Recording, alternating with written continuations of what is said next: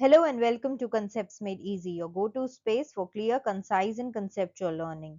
I am Dr. Akriti Chuk and today we are going to start a new series on organizational behavior. We will be covering significance theories. We'll also talk about individual behavior, which includes personality, perception, attitudes, values, learning, and motivation. We'll also discuss group behavior, which includes team building, leadership, and group dynamics. We'll talk about interpersonal behavior and transactional analysis, organization culture and climate. We'll also talk about workforce diversity and cross culture organizational behavior, emotions and stress management, and organizational justice and whistle blowing. To start with, this is the first lesson of organizational behavior. We'll be talking about the fundamentals of organizational behavior, its concepts and applications. So let's look at some basic definitions.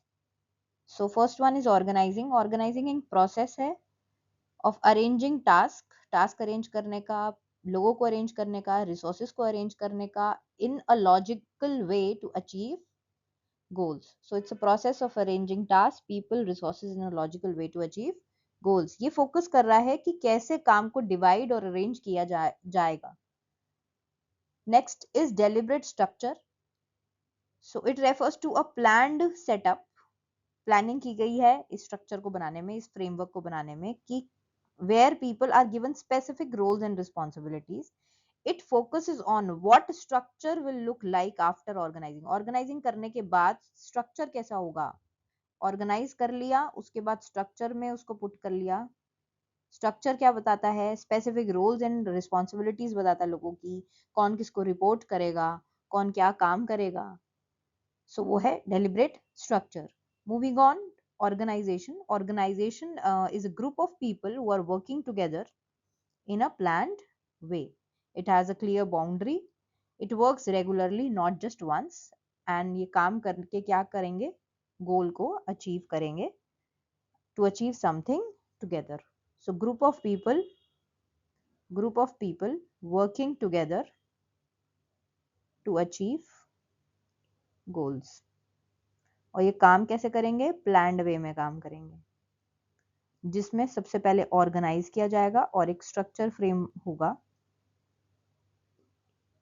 ताकि ये काम कर सके goals को achieve करने के लिए. So what is behaviour. Behaviour is how a person reacts to something happening around them or inside them. So it is a response to a situation, feeling और environment. ये internal हो सकता है कि वो क्या feel कर रहे हैं inside them. एक्सटर्नल हो सकता है, कॉन्शियसली कर सकते हैं, सबकॉन्शियसली कर सकते हैं, ओवर्ट हो सकता है, कोवर्ट हो सकता है, वॉलंटरीली हो सकता है, इनवॉलंटरी हो सकता है.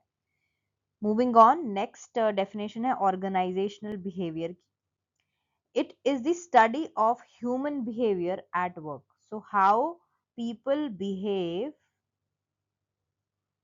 how people behave at work is organizational behavior. अब लोग जो बिहेव करते हैं उसके अंदर 3 लेवल्स पे बिहेव कर सकते हैं. इंडिविजुअल लेवल पे, इंटरपर्सनल मतलब आपस में कैसे बिहेव करते हैं, और ग्रुप में होते हैं तो कैसे बिहेव करते हैं. इसकी स्टडी जो है वो हम इस सब्जेक्ट में कवर करते हैं. So there are 3 levels to organizational behaviour. Individual level पे, इंटरपर्सनल लेवल पे और ग्रुप में कैसे लोग बिहेव करते हैं, उस चीज को हमने यहाँ पे समझना है. It is a systematic study of behaviour in organizational settings. Nature of organizational behaviour, it is interdisciplinary in nature. OB draws knowledge from multiple disciplines including psychology जिसमें इंडिविजुअल बिहेवियर के बारे में हमें पता लगता है, सोशोलॉजी जिसमें ग्रुप बिहेवियर के बारे में समझते हैं, एंथ्रोपोलॉजी जिसमें कल्चरल सिस्टम्स की बात होती है, पॉलिटिकल साइंस जिसमें पावर डायनामिक्स, जिसमें लीडरशिप जैसे कॉन्सेप्ट्स हमें ऑर्गेनाइजेशन बिहेवियर के लिए मिलते हैं. फिर आता है इकोनॉमिक्स जिसमें डिसीजन मेकिंग की बात होती है. This integration helps in understanding complex work place behaviour, क्योंकि कॉम्प्लेक्स वर्क प्लेस बिहेवियर में यहाँ पे इंडिविजुअल स्टडीज हैं, फिर ग्रुप बिहेवियर हैं, कैसे कल्चर से लोग आ रहे हैं डिफरेंट तरीके के, पावर डायनेमिक्स की बात हो रही है जहाँ पे लीडरशिप स्टडीज होती हैं, फिर डिसीजन मेकिंग क्योंकि साथ में डिसीजन मेकिंग लेना है ताकि गोल्स को अचीव कर पाए, तो मल्टीपल डिसिप्लिन से ओबी की नॉलेज ड्रॉन होती है। Moving on to human centric, OB focus कर रही है लोगों पर विद इन द ऑर्गेनाइजेशन, उनकी नीड्स, उनके इमोशंस, उनकी मोटिवेशंस, उनके perceptions and actions. Recognizes the importance of employee well-being, satisfaction, and personal growth in organizational success. So it is human-centric. Next है systematic and evidence-based है. OB follows a scientific and structural approach to studying behavior in organization. It relies on empirical data, observations, experiments, and case studies rather than assumptions or intuition. It encourages data driven decision making in people management. काम तो people management का हो रहा है, मतलब लोगों को कैसे मैनेज किया जाए वर्क प्लेस पे, उसकी बात हो रही है, लेकिन it is very evidence based. So intuition या एजम्पशंस पे बात नहीं हो रही, यहाँ पे empirical data, observation and experiments होते हैं जिसपे ये ऑर्गेनाइजेशन बिहेवियर जो फॉलो करता है। Then it is multi level approach. तो लेवल्स हैं ऑर्गेनाइजेशन बिहेवियर के, individual, group and organizational level. So individual level पे फोकस करता है लोगों की कैसी पर्सनालिटी है, कैसे मोटिवेट होते हैं वो, उनके एटीट्यूड्स क्या है, कैसे लर्न करते हैं, कैसे उनकी क्या परसेप्शन है towards situations and things. Next आता है ग्रुप लेवल, जिसके अंदर टीम के डायनामिक्स, क्योंकि साथ में काम करना है तो ग्रुप होगा, जिसमें कम्युनिकेशन कैसे करना है, लीडरशिप, कॉन्फ्लिक्ट, पावर, पॉलिटिक्स की बात होती है ग्रुप लेवल पे। ऑर्गेनाइजेशनल लेवल पे स्ट्रक्चर की बात होती है, ऑर्गेनाइजेशन का क्या कल्चर है उसकी में चेंज मैनेजमेंट की बात होती है, एंड ऑर्गेनाइजेशनल डेवलपमेंट की बात।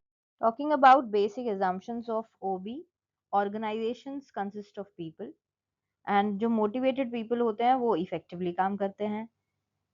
There may be conflicts between individual and organizational goals, तो इंडिविजुअल लोगों के अपने जो गोल्स हैं और जो ऑर्गेनाइजेशन के गोल्स हैं वो अलग हो सकते हैं, उसमें कॉन्फ्लिक्ट आ सकता है। Policies and procedure don't always have predictable effects. Then the fundamental ideas in OB, हर एक इंडिविजुअल डिफरेंट है, employees play multiple roles, motivation is a key force, and respect for human dignity, ये fundamental ideas हैं जो OB follow करता है। There are 3 levels of OB, हमने discuss करा है ऑलरेडी, जिसमें इंडिविजुअल लेवल पे जिसमें फोकस किया जाता है individual characteristics and behaviours within the organisation, जैसे personality, perception, attitudes, motivation and individual decision making. Group level पे examines how group function and influence individual behaviour. Team dynamics की बात हो रही है, communication within the groups हो रहा है, कॉन्फ्लिक्ट, पावर, लीडरशिप स्टाइल्स की बात हो रही है।